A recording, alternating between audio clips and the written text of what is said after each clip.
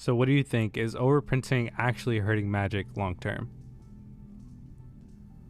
I think Magic players are buzzing right now. Can you break down what's actually going on with Hasbro and the shareholder lawsuits? basically what's happening is a group of Hasbro shareholders are suing the company, claiming that Magic the Gathering cards are being overprinted to plug revenue gaps that Hasbro has, and therefore hurting the long-term value of the cards, aka the reserve list.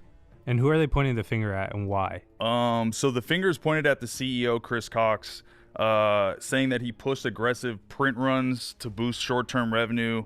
But it seems like the consensus is that this is going to cost the game like long term, that they're putting out too much product, which they've been doing since about like 2018, 2017, 2018. They've been releasing like 7 or 8 sets a year.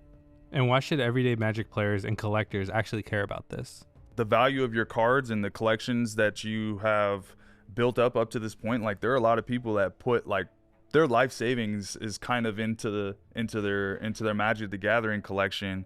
And you know, the great part about Magic has been for a really long time that if you need to get married, if you have a family emergency, if you have anything kind of going on, you can go and sell. You have value in your cards in your collection, and it also obviously provides that value of you know, the game and how much fun that is. So I think that's really what's at risk.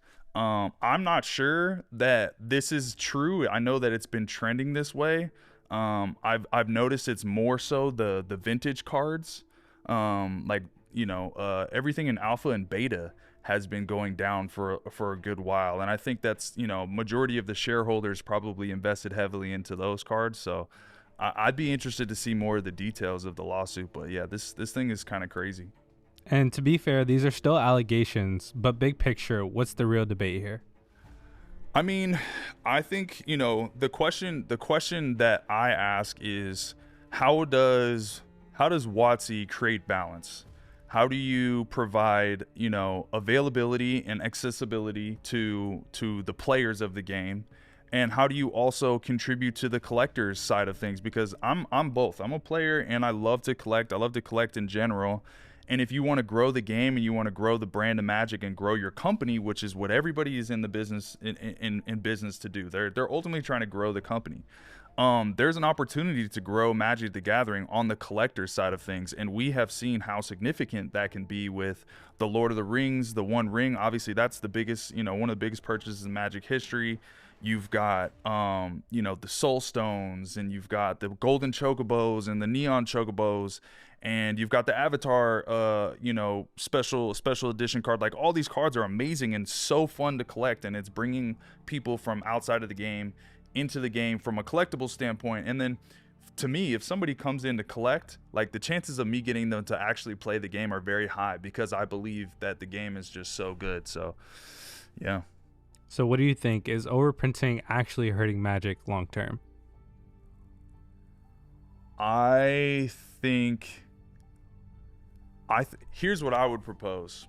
Okay, you make a super premium product that, like, you're guaranteed like certain, maybe serialized cards, or you're guaranteed like a certain, like, all of the chase stuff that they're creating, all of the collector stuff they're creating.